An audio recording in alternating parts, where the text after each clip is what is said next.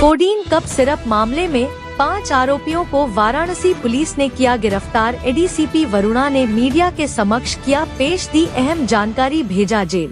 Varanasi Rohania police ने codeine cup syrup मामले में रविवार को 3 आरोपी स्वप्निल केशरी, दिनेश यादव, आशीष यादव को जहां गिरफ्तार किया है, वहीं दूसरी तरफ सारनाथ पुलिस ने भी 2 आरोपी क्रमशः विष्णु कुमार पांडे व लोकेश अग्रवाल को गिरफ्तार करने में सफलता प्राप्त किया है।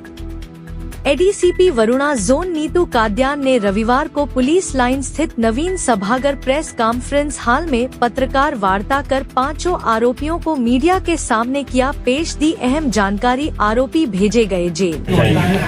ये देखिए, रोहनिया में नवंबर में 343/25 हमारा मुकदमा लिखा गया था, जिसमें कि 75,150 बोतल एस्को कप सिरप और 18,600 बोतल पेंसिल कप सिरप की बरामद हुई थी भगवल चौकी के एक गोदाम से। उसके बाद मौके से गिरफ्तार हुआ था एक आदमी आजाद जायसवाल, जिसने पूछताछ के उपरांत हमें बताया था कि ये माल जो गाजियाबाद से आ रहा है ये शुभम जायसवाल का माल है और आगे बांग्लादेश, वेस्ट बंगाल और बिहार जैसी जगहों पर इसको तस्करी के रूप में भेजा जाता है। अब आजाद जायसवाल के बाद जो मौके से हमने एक ई-वे बिल की प्राप्ति करी, यानी जो रिसिप्ट होती है माल के साथ, उस ई-वे बिल से हमें पता लगा कि आरएस फार्मा नाम की एक कंपनी है जो गाजियाबाद की है। जब वहाँ पे हम पूछताछ करने गए तो हमें पता लगा कि ये कंपनी प्रतिबंधित जो ये नशीली दवा है इसका कारोबार करती है।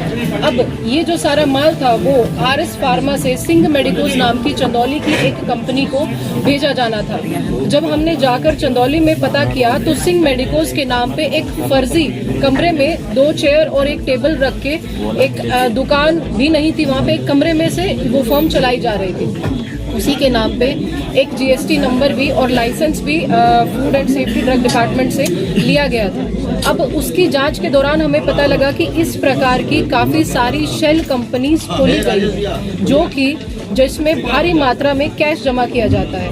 इन कंपनियों में किसी प्रकार की कोई खरीद या विक्रय नहीं होता है, सिर्फ फर्जी शेल कंपनी के रूप में इनको इस्टेब्लिश करके मनी लॉन्ड्रिंग आगे की जाती है। जब हमने इस प्रकार की 3 कंपनियां खोजी चंदौली में, जो कि सिंह मेडिकोज, अल उकबा और एसपी फार्मा है, उनके फाइनेंशियल ट्रांजैक्शंस का जब हमने एनालिसिस किया तो करीबन 13 करोड़ रुपया उसमें कैश में जमा करना दिखा, जो आगे आरटीजीएस के माध्यम से विभिन्न शेल कंपनियों के अकाउंट्स में जाता है और फाइनली जिनकी जो फाइनल नोड है वो या तो न्यू सैली, न्यू वृद्धि, शिल्पी, राजेंद्र या जो बाकी शुभम जायसवाल और दिवेश जायसवाल की जो एसोसिएट फर्म्स है उनमें ये पैसा जाता दिखाई दिया।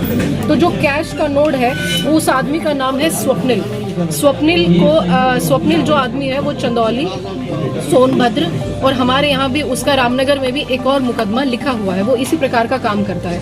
उस आदमी की गिरफ्तारी उपरांत हमें पता लगा कि ये जो कैश का पैसा है ये उसे दिनेश यादव और आशीष यादव नाम के आदमी, जो कि दिनेश फार्मास्यूटिकल कोतवाली में सब सागर में चलाते हैं, उनके द्वारा दिया जाता है। और इसी से पता लगा कि जो ये दिनेश की जो एंटरप्राइजेस के सामने है।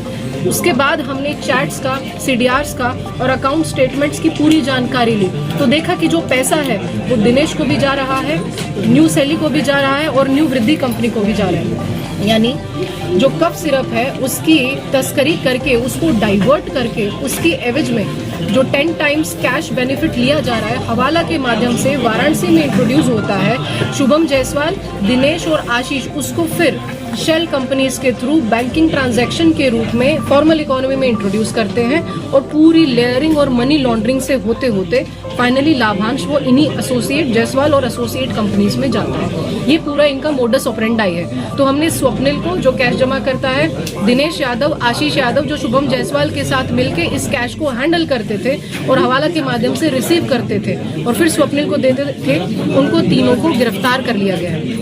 आगे की फार्मा कंपनीज और ड्रग विभाग को भी एक पूरी कॉम्प्रिहेंसिव रिपोर्ट लिखी जाएगी ताकि इस प्रकार की शेल कंपनियों के ऊपर कड़ाई के लाइसेंसिंग नॉर्म्स हो और उन पे कार्रवाई भी की जाए।